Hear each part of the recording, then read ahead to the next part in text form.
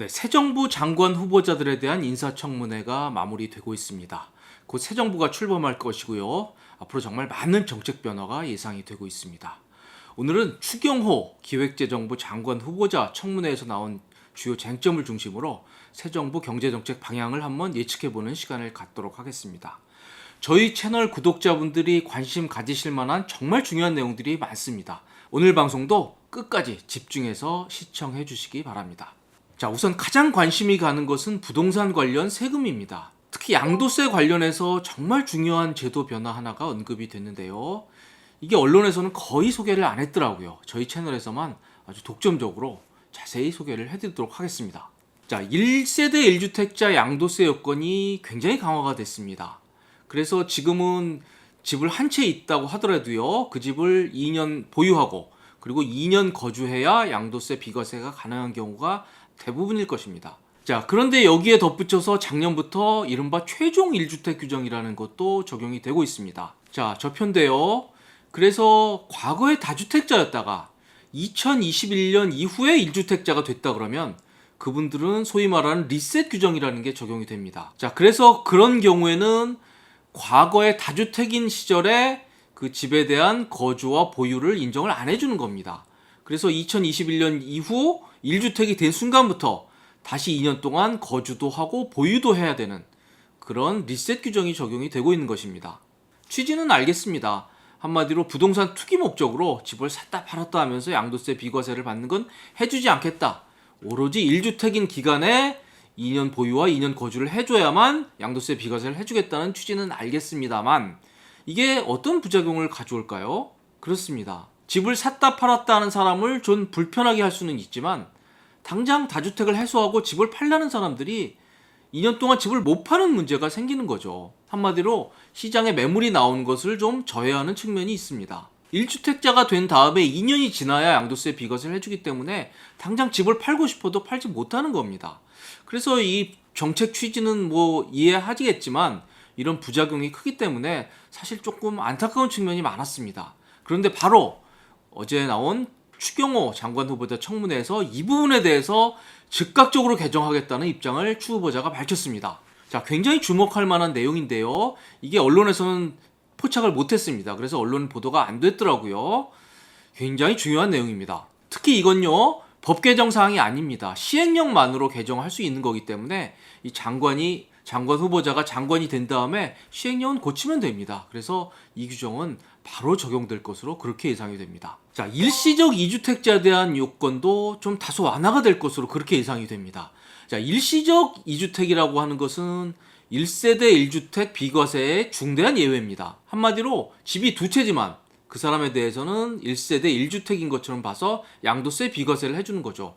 본인의 집을 넓히는 과정에서 잠깐 일시적으로 2주택자인 사람은 투기적 수요가 아니라고 보고 혜택을 드리는 겁니다. 그런데 이게 과거 부동산 대책으로 요건이 굉장히 까다로워졌습니다. 자, 저 그림인데요. 조정 대상 지역에서 조정 대상 지역으로 갈아탈 때를 기준으로 말씀을 드리면요.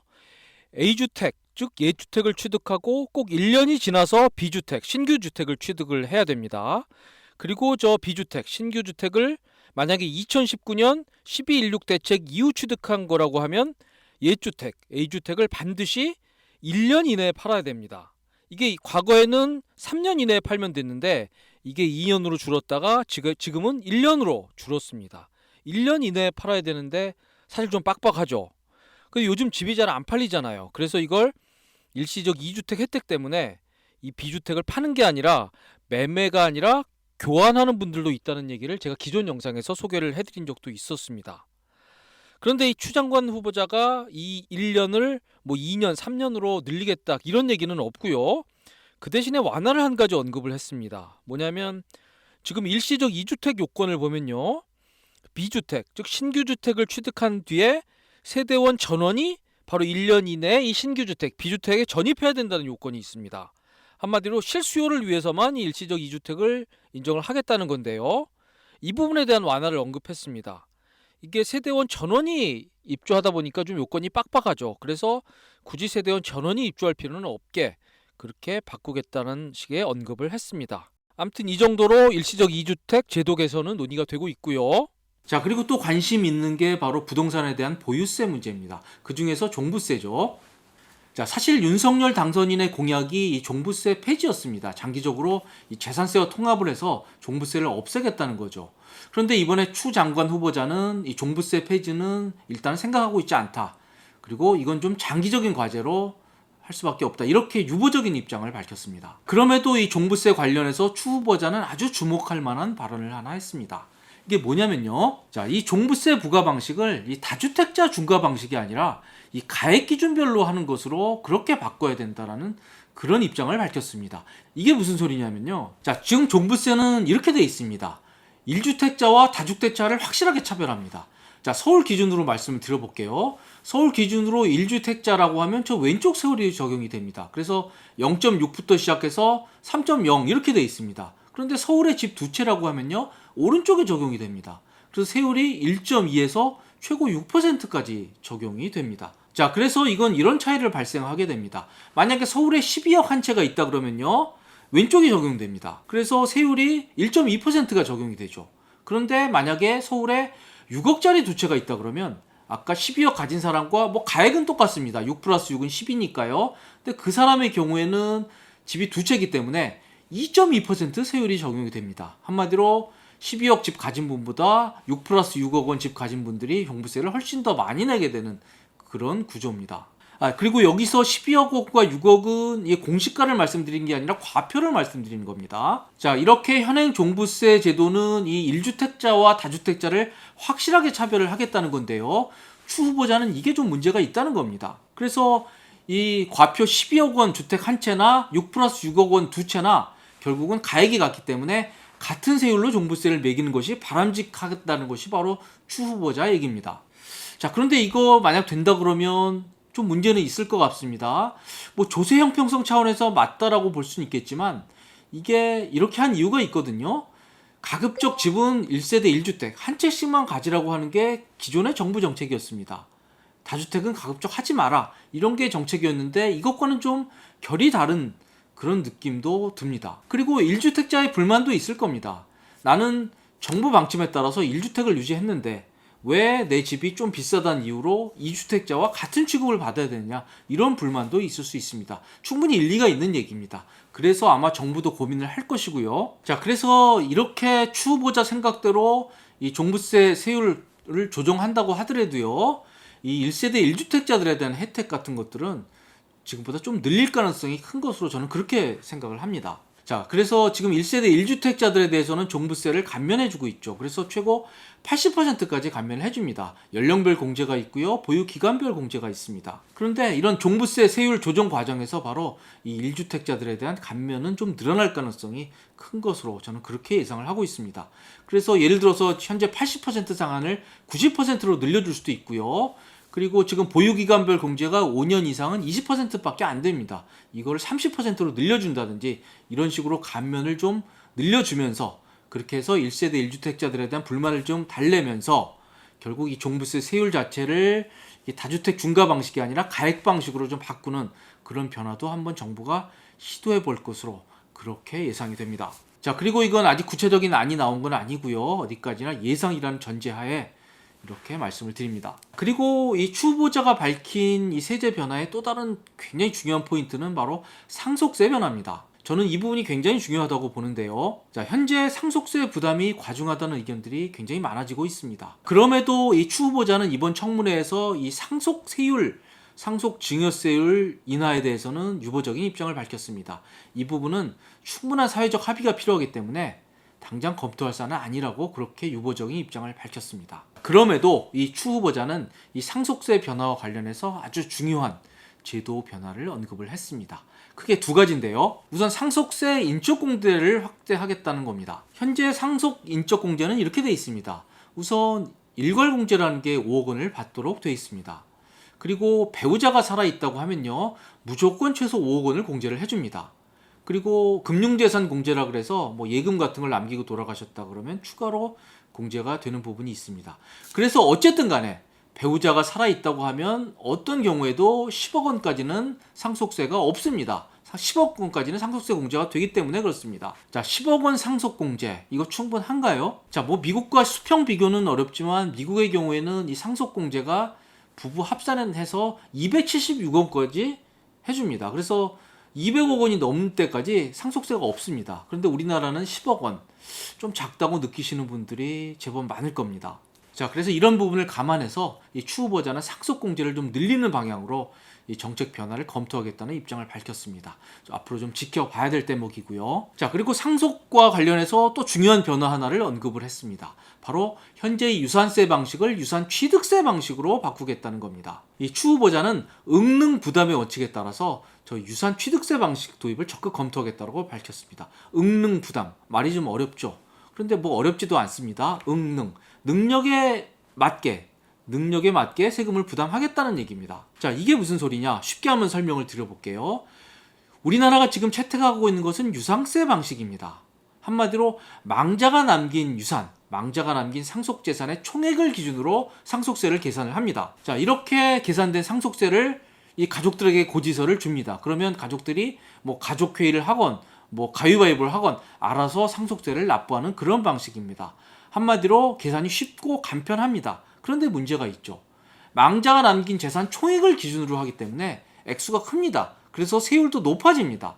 한마디로 상속세 부담이 높아지는 구조죠. 그런데 유산 취득세 방식에서는 이렇게 하지 않습니다. 이 상속인들이 각자 받는 상속 재산을 기준으로 상속세에서 계산을 합니다. 그래서 당연히 액수가 쪼개집니다. 액수가 작아지니까 이 상속세율도 낮아지고 상속세 부담도 줄어드는 그런 구조가 됩니다. 자, 예를 한번 들어볼게요. 망자가 30억 재산을 남기고 떠났습니다. 그러면 유산세 방식과 유산 취득세 방식은 이렇게 달라집니다. 우선 자녀가 한 명인 경우에는 뭐 두 제도가 같습니다. 어차피 한 명이 다 갖는 거기 때문에 그거는 두 제도가 세금이 똑같습니다. 10억 4천만 원입니다. 상속세가. 그런데 자녀가 많아지면 차이가 벌어지게 됩니다. 우선 유산세 방식은 그냥 30억을 그대로 상속세 계산하기 때문에 자녀가 2명이건 3명이건 똑같이 10억 4천만 원입니다. 그런데 유산 취득세 방식에선 달라지죠. 자녀가 2명이면 유산이 2개로 쪼개지는 거고요. 3명이면 3개로 쪼개지는 겁니다. 그래서 상속세가 7억 8천만 원, 7억 2천만 원 이렇게 낮아집니다. 그래서 유산세 방식에 비해서 한 3억 정도 그렇게 상속세가 줄어드는 것으로 그렇게 계산이 됐습니다. 자, 이런 설명을 드리면 이런 댓글이 달릴 겁니다. 상속세라고 하는 거는 이 10억이 넘는 재산을 남긴 부자들이 내는 세금이다. 이거 왜 괜히 저런 방식으로 바꿔서 세금을 깎아주느냐, 이런 반론도 있을 겁니다. 물론 그런 의견도 존중합니다. 하지만 이미 외국들은 다 유산취득세 방식으로 과세를 하고 있습니다. OECD 23개국인데요. 이 중에 19개가 유산취득세 방식으로 상속세를 부과를 하고 있습니다. 그럼에도 우리가 아직 저 유산세 방식으로 하고 있는 건요, 제가 생각을 해보면 좀 행정 편의주의가 많이 작용을 하는 것 같습니다. 유산세 방식은 계산이 쉽거든요. 그리고 납부도 쉽습니다. 그냥 망자의 재산 기준으로 계산해서 고지서만 가족들에게 던져주면 되는 방식이거든요. 하지만 이게 국제적인 추세에 맞춰서 앞으로 저희도 유산 취득세 방식으로 바꾸는 것도 전향적으로 좀 검토해 볼 필요가 있다, 이렇게 생각을 하고 있습니다. 추 후보자도 바로 여기에 대한 의지를 밝혔습니다. 자, 그리고 또 다른 관심이 대출입니다. 그런데 우선 결론부터 말씀드리면요, 이 대출은 여러분이 기대하셨던 그런 정도의 대출 규제는 없을 것 같습니다. 자, 윤석열 당선인은 대선 과정에서 이 화끈한 대출 규제 완화를 약속을 했죠. 그래서 집을 살 때 적용되는 LTV를 이 생애 최초 대출의 경우에는 무려 80%, 그리고 나머지도 70%까지 완화를 해주겠다고 약속을 했습니다. 한마디로 10억 집 살 때 생애 최초의 경우에는 8억까지 대출을 해주겠다, 뭐 이런 의도로 대선 공약을 내걸었죠. 그래서 이 어제 보니까 인수위에서 LTV는 실제로 이렇게 완화를 해주겠다고 얘기를 했습니다. 근데 문제는 LTV가 아닙니다. DSR이라는 게 더 중요합니다. 이건 좀 말이 어려운데요. 한마디로 돈을 빌리는 사람의 상환 능력을 보겠다는 겁니다. 그래서 현재 이게 대출 액수가 2억 원을 넘는 부분에 대해서 이 DSR이 적용이 되고 있죠. 근데 오는 7월부터는 대출 금액이 1억 원이 넘으면 DSR이 적용이 되게 됩니다. 그래서 이건 연간 이 원리금 상환액이 총소득의 40%는 넘지 못하도록 그렇게 규제하는 겁니다. 실제로 이게 창구에서 대출이 막히는 큰 이유가요, LTV가 있지만 DSR 규제가 더 셉니다. 자, 그런데 이 추 후보자는 이 DSR 규제의 골격은 유지하겠다, 이렇게 밝혔습니다. 이 골격은 유지하면서 물론 이 청년들의 미래 소득은 좀 감안해서 DSR 계산하는 방식을 약간 조정은 하겠지만 기본적인 골격은 유지하겠다고 그렇게 명확히 방침을 밝혔습니다. 자, 그리고 좋은 소식도 좀 있습니다. 자, 내년부터 이 금융투자소득세라는 게 신설이 됩니다. 그래서 이게 펀드나 ELS, 주식 이런 것들을 합쳐서 다 금융투자소득세라는 것으로 과세를 하게 돼 있습니다. 내년 1월 1일부터 시작이 됩니다. 그리고 주식에 대해서도 양도차익 5천만 원 넘는 부분에 대해서는 이제 과세가 시작이 됩니다. 그동안은 안 했는데요. 하지만 여기에 대해서 추경호 후보자는 2년 유예하겠다. 그리고 다시 재검토하는 시간을 갖겠다고 입장을 밝혔습니다. 그리고 여러분들 관심 많은 이 비트코인 과세요. 이 가상자산에 대한 과세도 내년부터 기타 소득으로 과세하는 방안이 이미 확정이 됐죠. 그래서 시행만 앞두고 있는데요. 이것도 당장 시행하지는 않겠다. 일단 유보를 하겠다는 입장을 밝혔습니다. 자, 저희는 지금까지 이번 추경호 장관 후보자의 청문회에서 나온 주요 경제 정책 방향에 대해서 얘기를 나눠봤습니다. 앞으로 정말 많은 변화가 예상이 되고 있습니다. 여러분들의 재산을 손해보지 않기 위해서는 이런 정책 변화에 잘 따라가야 될 필요가 있습니다. 누구보다 충실한 해설을 올려드리는 그런 채널이 되도록 노력하겠습니다. 지금까지 시청해주셔서 감사드립니다.